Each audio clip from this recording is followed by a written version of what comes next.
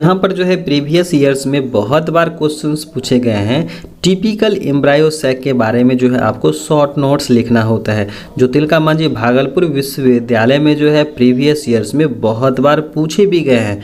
तो यहाँ पर हम लोग जानेंगे कि किस प्रकार से जो होता है ना ये एम्ब्रायो सैक होते हैं, कितना स्ट्रक्चर होता है, इसका किस प्रकार से संरचना होता है और यह किस प्रकार से जो है बनते हैं। एम्ब्रायो सैक और एम्ब्रायो सैक जो है कुछ इस प्रकार के ओवल संरचना वाले दिखलाई पड़ते हैं, जिसमें जैसा कि यहाँ पर आप देख रहे हैं ये माउथ लाइक स्ट्रक्चर जैसा है ना, इस इंड को हम लोग बोलते हैं माइक्रोपाइलर इंड, और जस्ट इसके अपोजिट जो होता है ना उसे हम लोग बोलते हैं चलाजल इंड। क्या बोलते हैं? चलाजल इंड। और चलाजल इंड की तरफ होता है 3 इन ग्रुप्स में सेल्स रहते हैं और उसे हम लोग बोलते हैं एंटीपोडल सेल्स। याद रखने हैं, यहाँ पर जो है एंटीपोडल सेल्स जिधर रहेगा ना उधर क्या होगा? चलाजल इंड होगा, और जिधर साइनर्जिड्स और एग सेल्स रहेंगे ना उसे हम लोग क्या बोलेंगे? माइक्रोपाइलर इंड्स बोलेंगे।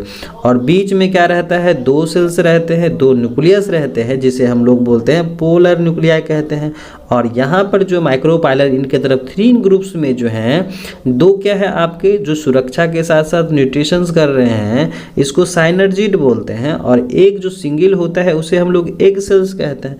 तो ये स्ट्रक्चर कहाँ है? आपके जो है ओवेरी के अंदर है, यानी कि फीमेल गैमेट्स में है। और यह किस प्रकार से बनता है आइए हम लोग अच्छे से समझते हैं। तो होता क्या है कि जो आपके एम्ब्रायो सैक है ना, यानी फीमेल गैमेटोफाइट हैं, तो यह किससे तैयार होता है? तो ये आपका जो होता है मेगास्पोर्स मदर सेल से होता है, जिसे हम लोग इस प्रक्रिया को क्या बोलते हैं? मेगास्पोरोजेनेसिस कहते हैं। तो मेगास्पोर मदर सेल्स में क्या होता है? एक बार मियोसिस डिवीजन होता है जिससे 4 सेल्स बनते हैं, जैसा कि यहाँ पर आप देख सकते हैं 4 सेल्स बनते हैं। और 4 सेल्स में क्या हो जाता है? 3 डिजेनरेट कर जाता है और एक होता है फंक्शनल। और उसी में क्या होता है? समसूत्री विभाजन होता है 3 बार, यानी 3 टाइम समसूत्री विभाजन होकर के बनते हैं 8 सेल्स बनते हैं, जो 3 ग्रुप में क्या होता है? अरेंज होता है। तो यहाँ पर हम लोग अच्छे से समझ सकते हैं कि जो है आपके मेगास्पोर्स मदर सेल्स जो होते हैं वह डिवाइड करते हैं मियोटिकली और बनाते हैं 4, जिसमें कि जो है 3 डिजेनरेट कर जाता है और 1 जो होता है यानी सिंगल जो होता है वह फंक्शनल मेगास्पोर्स बनाता है। और उसमें 3 बार विभाजन के बाद, समसूत्री विभाजन के बाद, जैसे 2, 4 और 8 बनते हैं, जो 3 ग्रुप्स में अरेंज है। यहाँ पर जैसा कि देख सकते हैं पहला डिवीजन, दूसरा डिवीजन, तीसरा डिवीजन के बाद कितने सेल्स बने? 8 सेल्स बने ना। तो यहाँ पर 3 ग्रुप होता है, यहाँ पर 3 ग्रुप, और 2 जो है आपके पोलर या सीसीएन कहलाते हैं, जिसे हम लोग सेंट्रल सेल्स कहते हैं।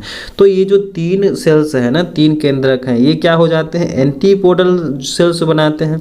और ये किसकी तरफ रहेगा? तो ये रहेगा चलाजल इंड की तरफ रहेगा।